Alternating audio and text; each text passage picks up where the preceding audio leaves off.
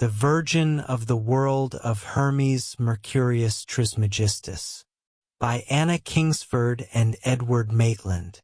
Chapter 1. The Hermetic Books. In her admirable compendium, Mrs. Child observes that the sacred books of Hermes, which contained the laws, science, and theology of Egypt, were declared by the priests to have been composed during the reign of the gods, preceding that of Menes, their first mortal king. Allusions on very ancient monuments attest to their profound antiquity. They were 4 in number, and the subdivisions of the whole comprised 42 volumes. These numbers correspond precisely with those of the Vedas, which, according to the Puranas, were transported into Egypt by the Yadavas during their initial migration from Hindustan. The subjects treated therein were similarly analogous, though the extent to which the Hermetic books were transcribed from the Vedas remains a matter of conjecture.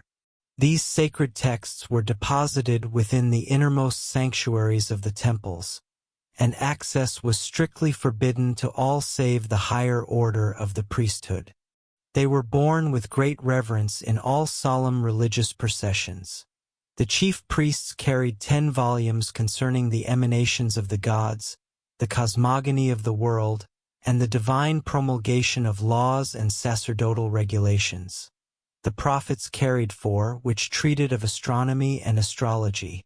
The leader of the sacred musicians carried 2, containing hymns to the deities and maxims for the guidance of the sovereign, which the chanter was required to commit to memory. Indeed, such was the reputed antiquity and sanctity of these Egyptian hymns that Plato asserts they were attributed to Isis and believed to be 10,000 years old.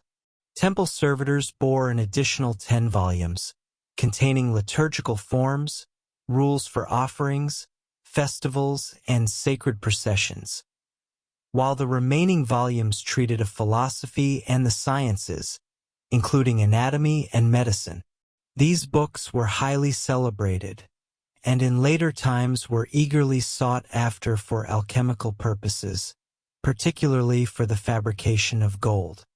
The Roman Emperor Severus gathered all writings pertaining to the mysteries and interred them within the tomb of Alexander the Great, while Diocletian destroyed their books on alchemy, lest Egypt should become too wealthy to remain tributary to Rome. The once renowned books of Hermes have been lost to antiquity for these 1500 years. Thus much concerning the Hermetic books in general.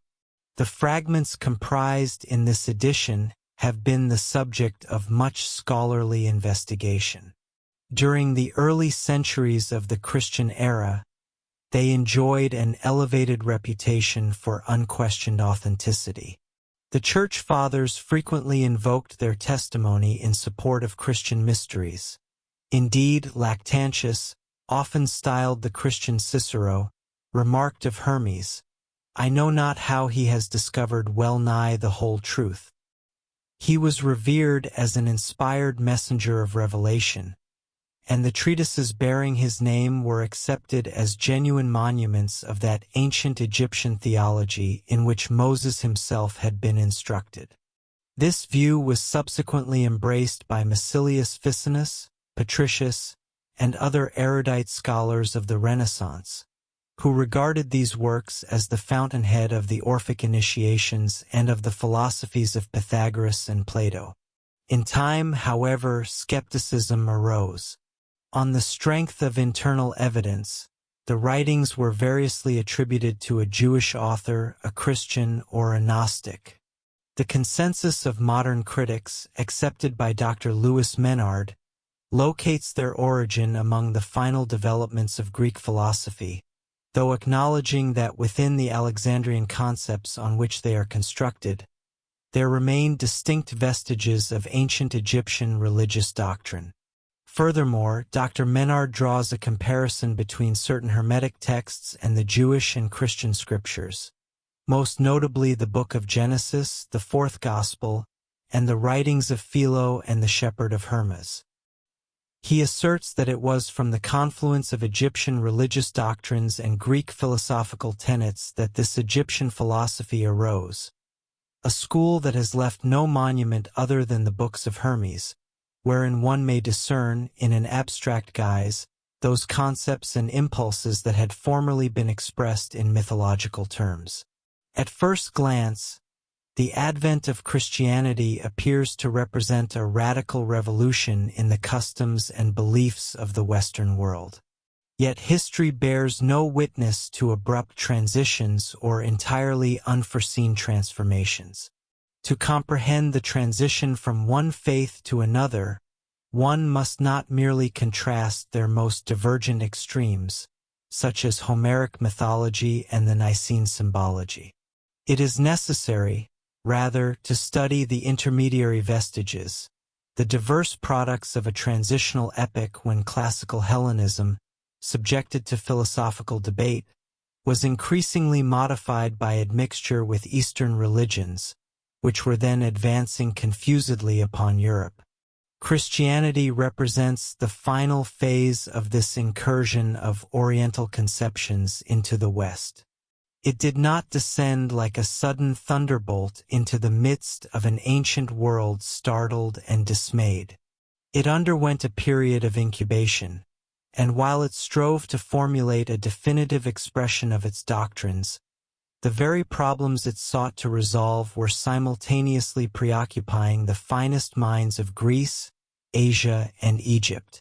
These ideas, already pervasive, commingled in every conceivable proportion. The multiplicity of modern sects offers but a faint reflection of that astonishing intellectual chemistry which had established its primary laboratory at Alexandria. Humanity had submitted vast moral and philosophical questions to open debate, namely, the origin of evil, the ultimate destiny of souls, and their fall and redemption, with the supreme prize being the spiritual dominion over human conscience. The Christian resolution ultimately prevailed. Our critic proceeds to distinguish within the Hermetic corpus between those elements which, in his estimation, belong respectively to Egypt and to Judea. He remarks that when we encounter Platonist or Pythagorean doctrines within these volumes, we must inquire whether the author retrieved them from the ancient sources whence Pythagoras and Plato had previously drawn, or whether they represent a purely Hellenic element. There is, consequently, ample scope to debate the real or supposed influence of the East upon Hellenic philosophy. There is a general tendency, relying upon the testimonies of the Greeks themselves, to exaggerate this influence, and particularly to assign to it too early a date. It was only after the founding of Alexandria that a permanent and consistent connection was established between Greek thought and that of other nations. And in these intellectual exchanges, Greece had far more to bestow than to receive. The peoples of the East, or at least those who came into contact with the Hellenic world, appear never to have possessed a philosophy properly so called. Psychological analysis, the investigation of the foundations of knowledge and moral law, and their application to social existence, were entirely foreign to the East prior to the conquests of Alexander.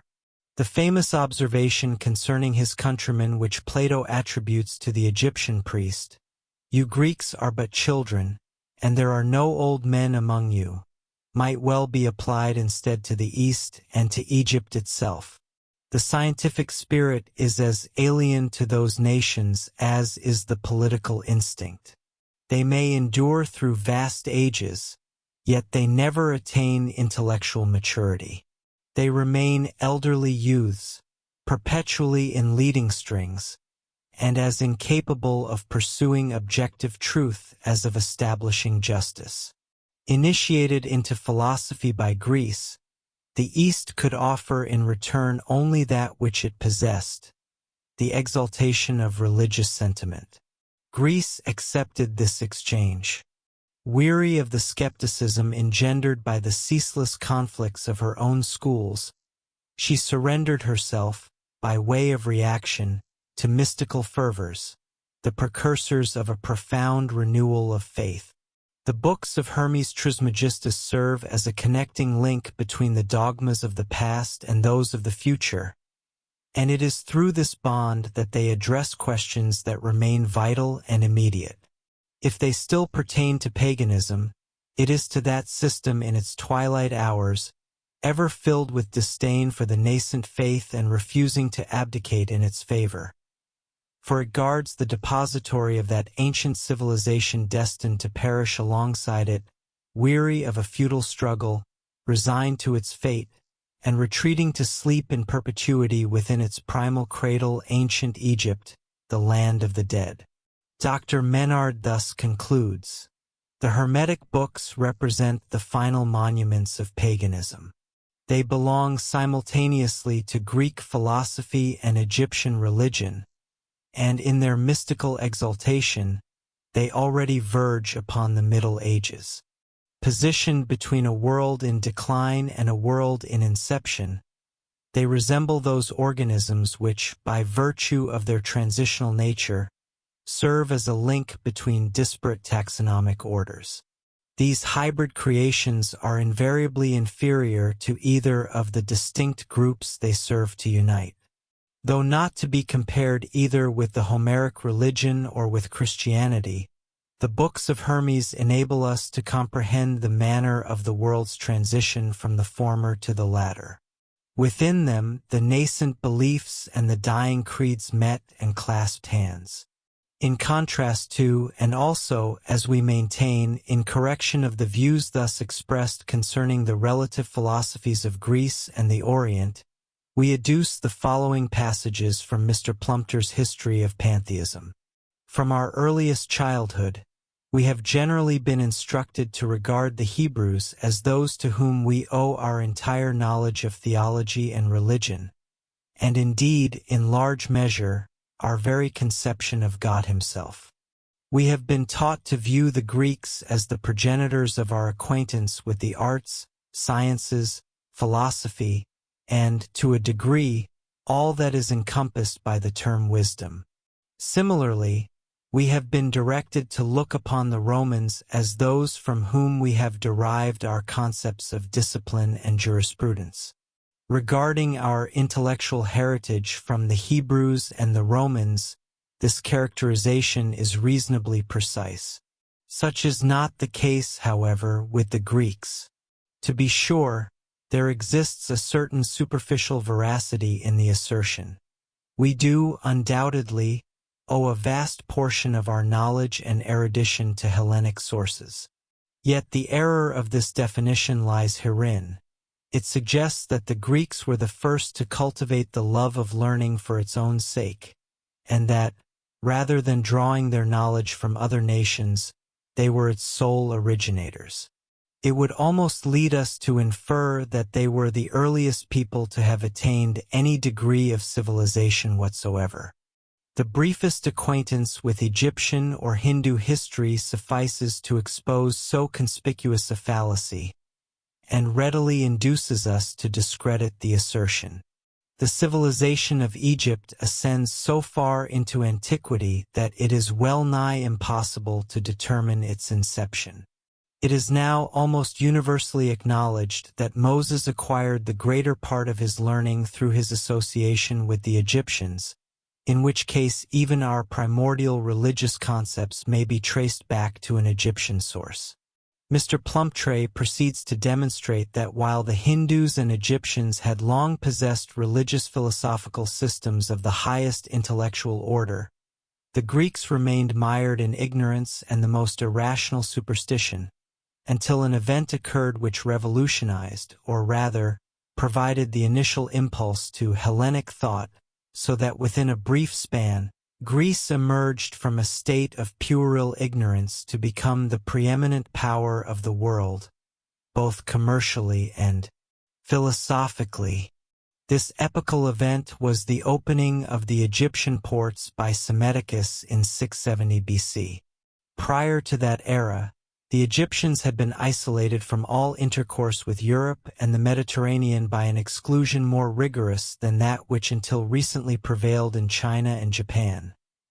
Thus, to the Greeks, Egypt was merely a land of mystery and fable, as evidenced by the allusions found in Homer and Hesiod. Yet, with the overthrow of this system of isolation which had endured for millennia, the influence of this event upon the progress of Europe was so profound as to defy exaggeration. First Greece, and subsequently the remainder of the civilized world, owed its advancement to this opening. It dismantled the belief in the ancient mythologies and gave birth to Greek philosophy. There is, however, one respect in which this assertion requires qualification. The Greek mythologies may indeed have appeared as nothing more than irrational fables when popularly received and devoid of the interpretive key. Yet, in reality, they were symbols that denoted, while simultaneously concealing, profound occult truths. And while their early presence in Greece demonstrates that colleges of the sacred mysteries flourished there long before the advent of Greek philosophy, the identity of the doctrines they symbolized with those of Egypt and the Orient indicates that religious intercourse existed between these lands long before any political, commercial, or philosophical relations were established. Foreign missionary enterprise by no means originated with Christianity. The sacred mysteries were continually migrating, establishing themselves in new soil in advance of secular civilization. The migration of Abraham and the flights of Bacchus and of Moses were undoubtedly events of this very character. Mr. Plumpter's conclusion that whatever coincidence existed between Greek and Egyptian philosophical thought was due to the recognition and adoption of the latter by the Greeks, is one that seems to us impossible to evade. Moreover, we regard Monsieur Menard's contrary inferences as arising from his failure to integrate with his classical erudition an understanding of Hermetic and Kabbalistic methods and traditions. Encompassing as these do the spiritual history of humanity, it is impossible, apart from them, to arrive at any sound judgment on the matters under consideration. Those who, enamored of conventional methodologies, are incapable of recognizing any organon of knowledge beyond the superficial faculties, or any plane of cognition transcending their scope, are inevitably intolerant of the proposition that there has existed from antiquity a system of esoteric and positive doctrine concerning the most recondite mysteries of existence, one of such a character, and so derived, as to satisfy all the conditions requisite to constitute a divine revelation.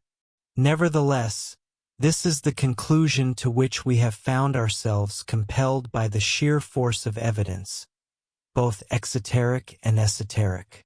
It is in Hindustan and Egypt that we discover its earliest vestiges, and if, as is assuredly the case, there exist correspondences between the ancient doctrines of those lands and those of Greece, Judea, and Christendom, it is because the selfsame truth has transitioned from nation to nation, everywhere receiving recognition and undergoing reformulation in accordance with the genius of the epoch and the place of its temporary abode. And this, we may add, is a process that must inevitably continue until humanity has either degenerated to the point of losing all concern for and perception of truth, or has become so far regenerated as to attain its full comprehension, establishing it in perpetuity as its most cherished possession.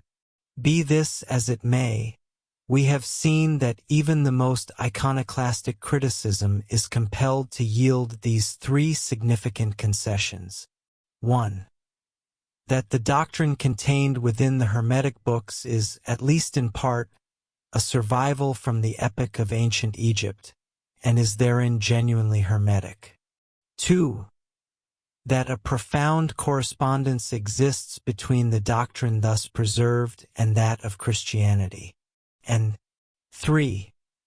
That this correspondence has been recognized and embraced by the Church, leading to the admission that Christianity, far from being entirely novel and unprecedented at its inception, represents a development from or a reformulation of long pre-existent doctrine. Edward Maitland, Chapter 2. The Hermetic System and the Significance of its Current Revival. To the philosophical student of humanity, the most significant and momentous feature of the present remarkable epoch is, unquestionably, the resurgence of occult science and mystical or esoteric philosophy. This significance is attributable no less to the character of the period in which it occurs than to the nature of the subject itself. For the juncture selected has been one wherein the human mind, as represented by the recognized intellect of the era, had seemingly become irrevocably oriented in the opposite direction, that of materialism. Happily, however, for mankind, such an appearance has proved deceptive, as had already been foreseen by those sentinels of the dawn who, recognizing the unity of nature and being vitalized upon the higher planes of consciousness, are capable of forecasting the processes of the mental world by analogy with those of the physical. That the day and the year are reborn precisely when the sun reaches its lowest point is no less true within the spiritual realm than within the material world. And whereas the dominance of materialism portended the extinction of man's spiritual consciousness, the revival of occult and mystical science signifies the restoration of that selfsame consciousness. History, moreover, offered encouraging precedents by demonstrating that the dissolution of archaic forms of faith is habitually the prognostic and prerequisite of novel and elevated manifestations. Hence, they maintained confidence that the spirit of humanity, being, as they well knew, real and divine, would in due season mount an effectual protest against the threatened extinction, and they are now able to recognize in the current revival the precise form that this protest has assumed. The significance of this event is profoundly enhanced by two facts. First, that it has elevated the Hermetic philosophy to a prominence unprecedented for many centuries. And second, that the revival of this philosophy has invariably been both the precursor and the consequence of every major religious renaissance the world has witnessed. For the system designated the Hermetic Gnosis, the earliest formulation of which for the Western world belongs to the prehistoric era of ancient Egypt, has constituted the core of all religio-philosophical systems of both East and West. Buddhism and Christianity, among others, being similarly designed as vehicles for and expressions of it, although this reality has been recognized only by the initiated few. The great school of scholastic mysticism, which constituted the glory of the medieval church, possessed, albeit unavowedly, the self-same foundation. This school represented a strenuous and sustained endeavor to rescue religion from the exclusive domain of the historical and the ceremonial, as well as from the control of a grossly materialistic and idolatrous sacerdotalism, by restoring its proper intuitional and spiritual character. That this endeavor failed to secure lasting success, and the medieval church continued to descend deeper into superstition, with its customary accompaniment of religious persecution, was attributable to no fault of the system itself. The reception of this system requires that the spiritual consciousness of the multitude should have attained a degree of development hitherto possessed only by the select few. And the world was not then ripe for a doctrine that represents reason in its supreme mode. History thus demonstrates that the revival we are currently witnessing is but one in a series of resurgences, all directed toward the same objective, and it may be confidently anticipated that, under the altered conditions of society, the success now attained will far surpass any hitherto achieved. For, however bleak the contemporary outlook may appear in every sphere of human activity, social, philosophical, moral, and religious alike, there was never an era when conditions were so propitious for radical and widespread amelioration. This is because there has never been a time when novel ideas and fields of knowledge enjoyed such facilities for propagation, or when, through the intensity of their suffering and discontent, mankind existed in so high a state of receptivity. Consequently, the system now possesses an opportunity for recognition surpassing any it has previously enjoyed. Having invariably in the past found exclusive favor among the most luminous minds and noble natures, it can scarcely fail, when properly formulated and presented, to find acceptance with the humanity of the approaching era. Already there are unmistakable indications that the still formidable influence of the Church will not be withheld in this regard, and this no less for its own preservation than for the safeguarding of religious truth. The world has yet to discern the full significance of the action of Pope Leo XIII in reinstating the writings of Aquinas as the foundation of ecclesiastical education. But for the initiates of Hermes, this gesture is in no wise ambiguous, affording instead a secure foundation for the loftiest expectations. A similar interpretation applies to that extraordinary, if frequently grotesque, phenomenon designated modern spiritualism. From these observations upon the circumstances attending this revival, of which the present series of reprints is simultaneously a product, a token, and an instrument, we shall proceed to offer a brief general outline of the nature of a doctrine that has played so momentous a part in the past, and promises to do as much and indeed more in the future. It must first be stated, however, that the materials for our outline are not restricted solely to the so-called Hermetic fragments themselves, which constitute the subject of these reprints. Not only are they, as fragments, necessarily incomplete, but they are also interpolated and partially corrupt in text, though remaining replete with the purest and most sublime teachings. Much, moreover, of that which is authentic is mystical and allegorical, referring to a plane, and requiring an interpretation, other than those which are superficially apparent. Hence, for such a task, it is necessary to utilize the labors of those various exponents of the system who have either derived it from sources no longer extant, or who, by employing the same method, have discerned it for themselves, giving it, in some instances, fresh applications that are no less hermetic for representing a further development of the doctrine. Starting from the axiom that from nothing nothing comes, and recognizing consciousness as the indispensable condition of existence, the gnosis, with irresistible logic, derives all things from pure and absolute being, itself unmanifest and unconditioned, yet, in the infinity of its plenitude and energy, possessing and exercising the potentiality of manifestation and conditionment. Being, rather than merely having life, substance, and mind, comprised within one divine selfhood of which the universe is the manifestation. No degree of erudition or industry, however, can compensate for the absence of that sympathetic insight which alone can detect the characteristic resonance of the true hermetic metal, and which, if earnest appreciation be any guarantee, will assuredly not be altogether wanting on this occasion. At best, however, it is but a brief outline that can be presented here.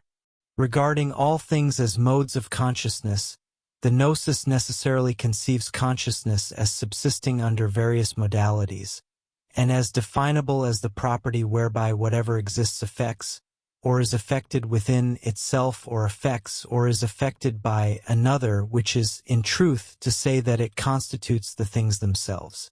There exists, thus, a mechanical consciousness, a chemical consciousness, a magnetic, a mental, and a psychic consciousness, ascending ultimately to the divine or absolute consciousness.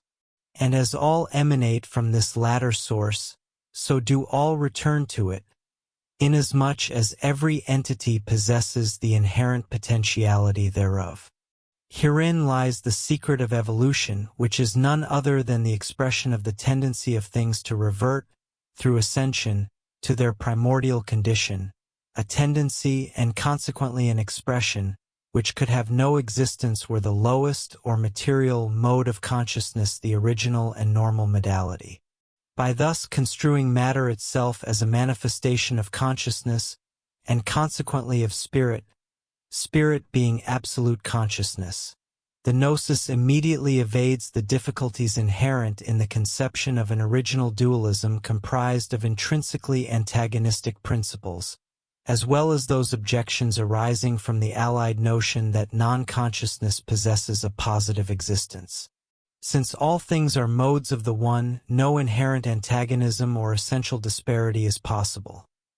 Rather, that which is deemed unconsciousness is merely a lower degree of consciousness, consciousness reduced, as it were, to a minimum, yet remaining consciousness so long as it exists. Absolute unconsciousness is therefore equivalent to non-being, standing in relation to consciousness as darkness does to light. The latter alone, however diminished, constitutes a positive entity, whereas darkness is merely non-entity. No matter how diverse the manifestations of the universal consciousness or being may be, whether across its distinct planes or its various modes upon the same plane, they all conform to one and the same law. This uniformity demonstrates the unity of the animating spirit or mind, which subsists eternally and independently of any external manifestation. For, as stated in the Divine Pomander, Book V, he needeth not to be manifested, for he subsisteth eternally.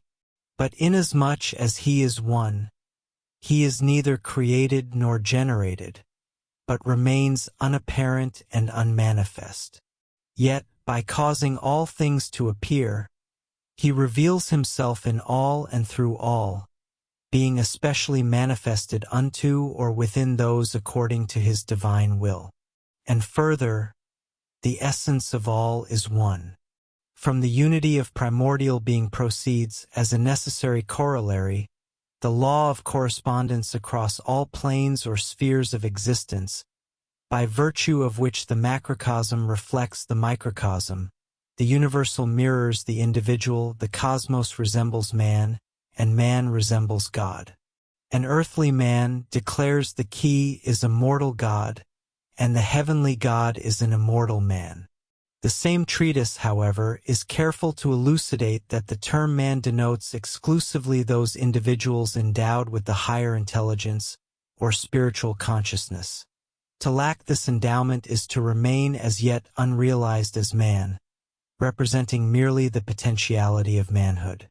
It also avoids the error of anthropomorphism by defining divinity itself as being neither life, nor mind, nor substance, but rather the primordial cause of these attributes. Ignorance of God is pronounced the supreme evil, yet God is not to be discerned within phenomena, nor perceived by the physical eye. The quest must be undertaken within oneself. In order to know, man must first be. That is to say, he must have developed within himself the consciousness of all the planes or spheres of his fourfold nature, thereby becoming fully and truly man. It is to his inmost and divine essence, the spirit, that the mystery of existence appertains, since spirit constitutes pure being, of which existence is but the manifestation. Moreover, as man can perceive externally only that which he possesses internally, it is indispensable for his apprehension of spiritual matters that he himself be spiritual. The natural man, observes the Apostle Paul, following herein both the Hermetists and the Kabbalists, who are in perfect accord regarding both doctrine and method, differing solely in outward form, receiveth not the things of the Spirit, neither can he know them, because they are spiritually discerned, which is to say, by the spiritual faculty within man. To the degree that man develops this consciousness, he becomes an organon of knowledge, capable of attaining absolute certitude of the highest truth. Thus, from being agnostic and incapable of comprehension, he becomes Gnostic, possessing the gnosis, which consists in the knowledge of himself, of God, and of the substantial identity between the two. From this premise, it is evident that the agnosticism of the present age merely demonstrates the immaturity of its proponents. That is, contemporary philosophy represents the conclusions of individuals who, however highly developed intellectually, remain rudimentary with respect to spiritual consciousness and consequently fall short of their true spiritual manhood, the manhood that belongs to the highest plane of existence. Being to this extent subhuman rather than fully human and ignorant of the true meaning and potentialities of humanity, they confound form with substance, mistaking the exterior and phenomenal aspect of man for the actual individual. They consequently imagine that to gratify this outer aspect is necessarily to benefit the man, regardless of how subversive to genuine humanity their chosen practices may be. From this state of spiritual darkness the gnosis elevates man, and, by granting him that supreme desideratum which is the purpose of all divine revelation, namely, a definition of his own nature, demonstrates to him with scientific certitude the supremacy of the moral law, as well as the impossibility of either deriving good from evil doing or evading the inevitable consequences of the latter. The endeavor to secure benefit through malevolent action serves only to retard his progress, rendering his destiny more severe. The doctrine of karma is no less Hermetic than Hindu, the equivalent term within the Hermetic tradition being Adraste, a goddess charged with the administration of justice. In the Greek pantheon, she appears as Nemesis and Hecate. These figures all represent that inexorable law of cause and effect in moral matters, by virtue of which man's future nature and circumstances are the direct consequence of the tendencies he has voluntarily nurtured in both past and present. The Hermetic path toward the attainment of perfection, upon whatever plane, whether physical, intellectual, moral, or spiritual, is that of purity. Since man does not merely possess but actually is consciousness, his humanity and his capacity for perception are measured by his degree of purity.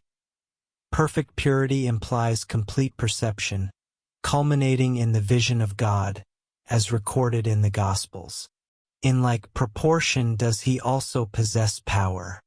The fully initiated Hermetist is a magus, or man of power, capable of performing what the world regards as miracles across all planes, physical, intellectual, moral, and spiritual, solely through the potency of his own will. Yet his sole secret of power is purity, even as his solitary motive is love. For the agency through which he operates is spirit, and spirit is potent and majestic in proportion to its purity. Spirit, in its absolute purity, is God. Consequently, the miracles of the magus, as distinguished from those of the mere magician, are in truth wrought by God, the God within and of the man. A brief observation must be made regarding the organon of Hermetic knowledge. This is preeminently that modality of the mind designated as intuition.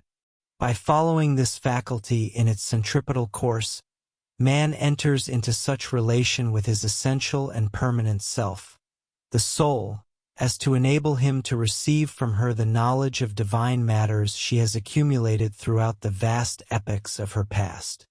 This, however, implies no disparagement of the mind's alternative and centrifugal mode, the intellect. The intellect must likewise be developed and disciplined to the utmost degree, serving as the complement, supplement, and indispensable partner to the intuition, the masculine element to its feminine counterpart.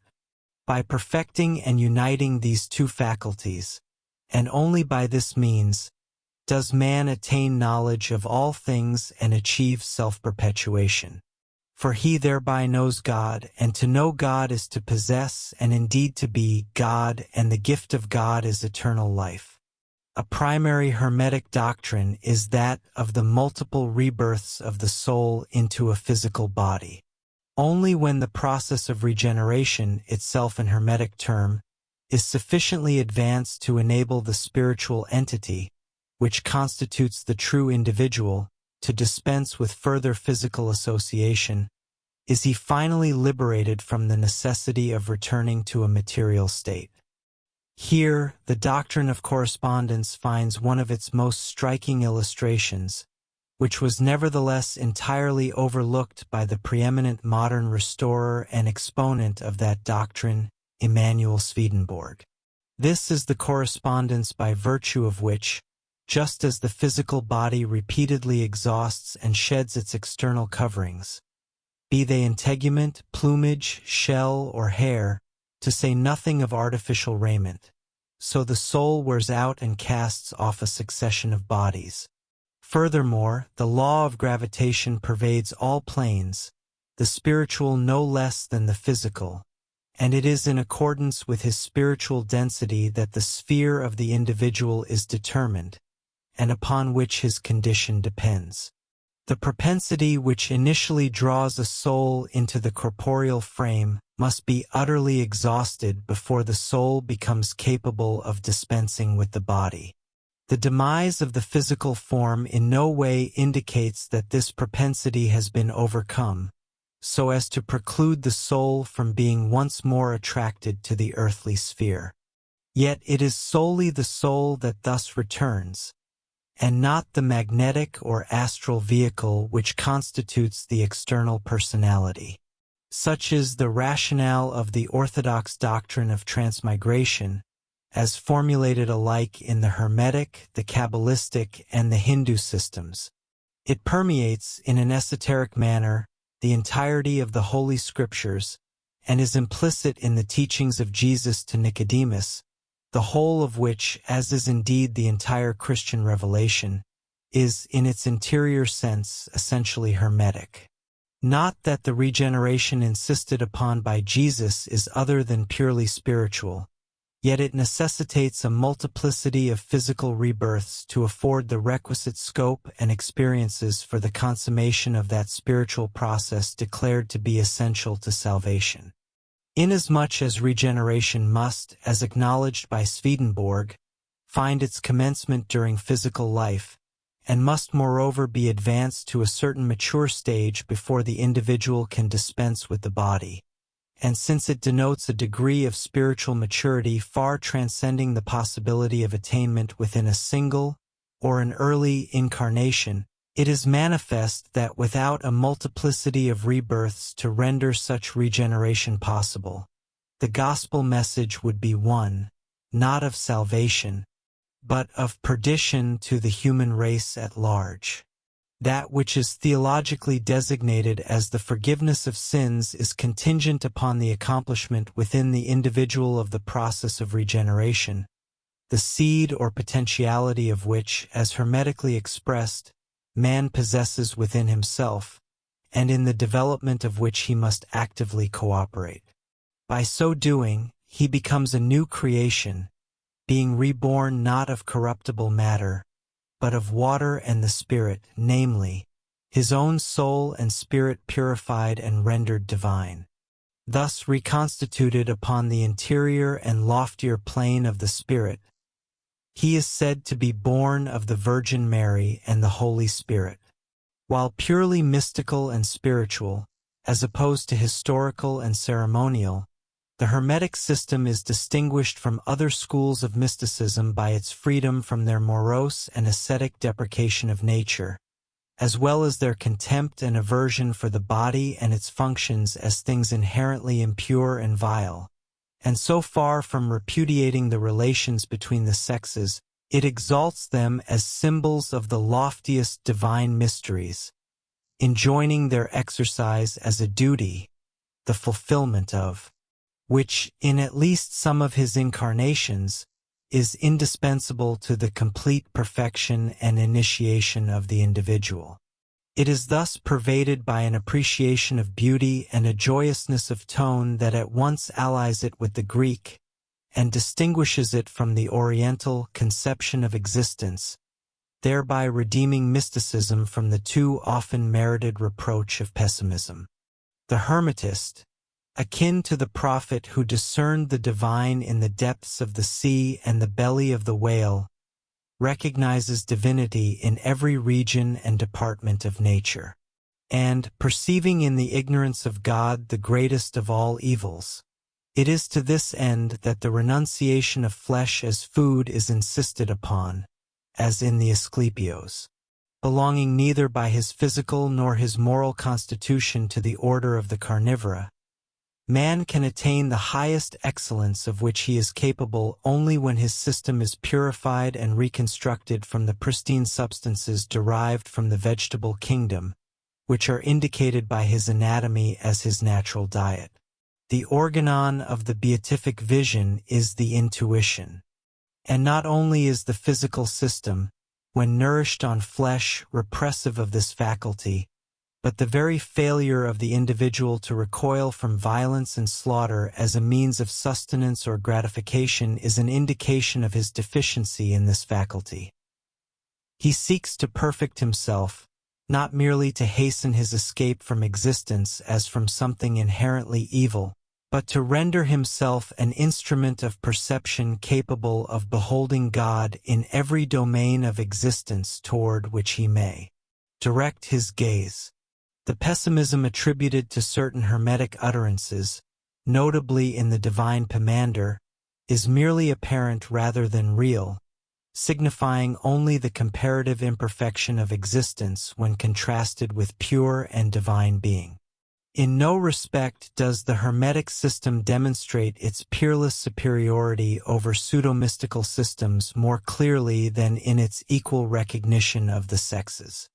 True though it be that the narrative of the fall is of Hermetic origin, it is equally true that this account is an allegory, possessing a significance entirely divorced from the literal, and in no wise implying culpability or inferiority, either to an individual or to a sex. Though representing an eternal verity of divine import, this allegory has been distorted to justify doctrines and practices regarding women that are altogether false, unjust, cruel, and monstrous, such as could have emanated only from elementary and subhuman sources. In conclusion, the entirety of history demonstrates that it is to the restoration of the Hermetic system, in both doctrine and practice, that the world must look for the ultimate resolution of those diverse problems concerning the nature and conduct of existence which now, more than at any previous epoch, perplex the human mind. For it represents that destination toward which all inquiry, provided it be free inquiry, unconstrained by incapacity and undistorted by prejudice, must ultimately lead, inasmuch as it embodies the secure, because experiential, knowledge concerning the nature of things which, in every age, the soul of man discloses whenever it has attained full intuition, representing the triumph of free thought, a thought, that is, which has dared to probe consciousness in every direction, outward and downward toward matter and phenomena, and inward and upward toward spirit and reality. It likewise represents the triumph of religious faith, in that it perceives in God the all in all of being, in nature the vehicle for the divine manifestation, and in the soul, educated and perfected through the processes of nature, the individualization of God. Edward Maitland. Chapter 3. An Introduction to the Virgin of the World. The mystical title of the celebrated Hermetic fragment with which this volume commences, Kore Cosmou, that is, the Cosmic Virgin, is in itself a revelation of the profound identity subsisting between the ancient wisdom religion of antiquity and the creed of Catholic Christendom. Kore is the designation by which, in the Eleusinian mysteries, Persephone the daughter or maiden was saluted. It is also, perhaps by mere coincidence, the Greek term for the pupil or apple of the eye. When, however, we find Isis, the moon goddess and initiatrix, in her discourse with Horos, mystically identifying the eye with the soul, and comparing the tunics of the physical organ of vision to the envelopes of the soul.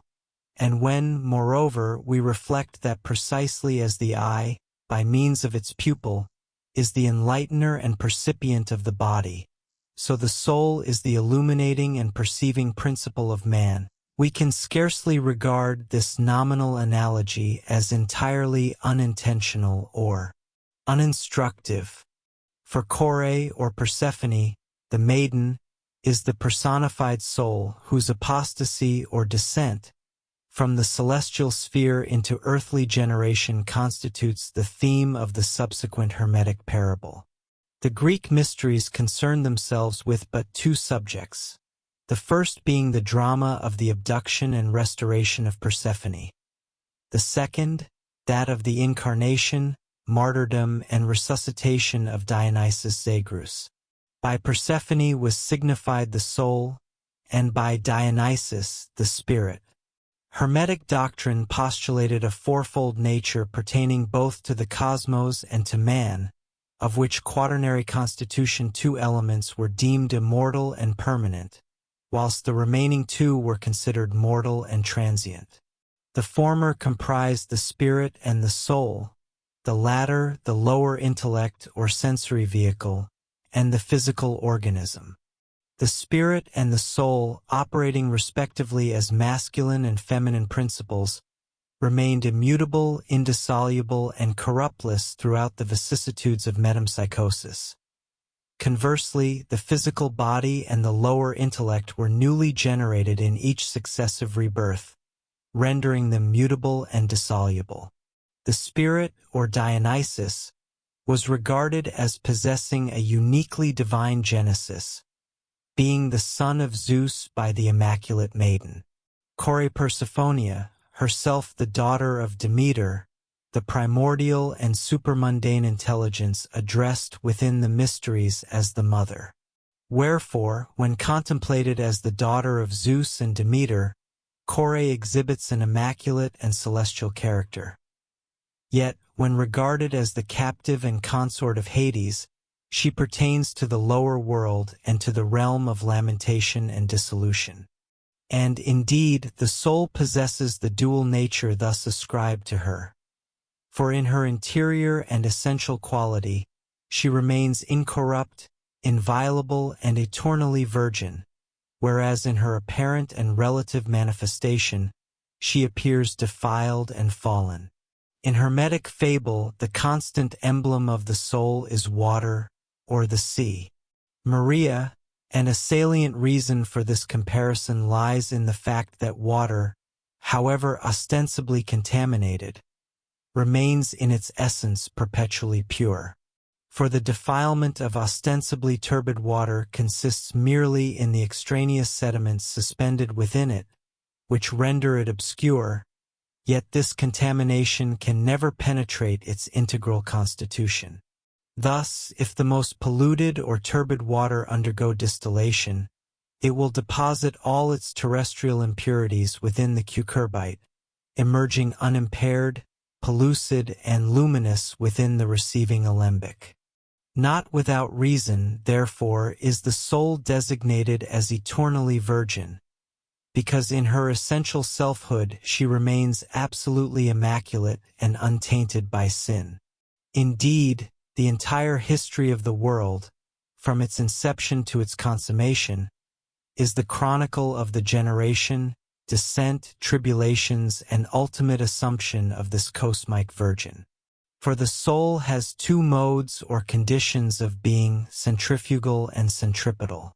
The first represents the state of her outgoing, her immersion into matter, or her lapse, and the grief and subjugation which she thereby but Kore, although thus of celestial origin, participates more intimately than her son in an earthly and terrestrial nature. Hence, asserts Proclus, in accordance with the theologians who transmitted to us the most sacred mysteries, Persephone abides on high within those habitations of the mother which she prepared for her in inaccessible regions, exempt from the sensible world. Yet she likewise dwells below with Pluto, administering terrestrial concerns, governing the recesses of the earth, and imparting life to the extremities of the cosmos. Brings upon herself. This phase is within the Jewish Kabbalah typified by Eve. The second condition is that of her return, her emergence from matter, her restitution, or her glorification in heaven. This phase is presented to us in the Christian Gospel and Apocalypse under the appellation of Mary. Hence the Catholic maxim that the Ave of Mary reverses the curse of Eva. In perfect consonance with Kabbalistic doctrine, the allegory of the Kore Kosmou thus lucidly indicates the nature of the soul's original apostasy. She departed from the prescribed limits. Unwilling to abide in the same habitation, she moved incessantly, and repose appeared as death. In this expression we find the parallel to the scene depicted in the Mysteries, wherein Persephone, willfully wandering from the celestial mansions, falls under the dominion of the Hadean deity. This, perhaps the most recondite portion of the entire allegory, is but cursorily addressed in the fragmentary discourse of Isis, and we can, therefore, do no better than to reproduce here the eloquent exposition of Thomas Taylor on the subject. Here, then, he asserts we perceive the primary cause of the soul's descent, namely, the abandonment of a life governed entirely by the higher intellect, which is esoterically signified by the separation of Proserpina from Ceres.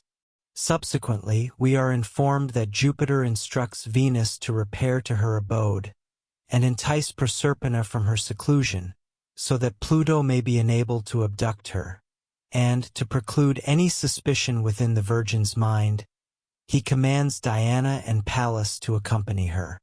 The three goddesses, upon their arrival, find Proserpina engaged in weaving a scarf for her mother, wherein she had embroidered the primitive chaos and the formation of the world.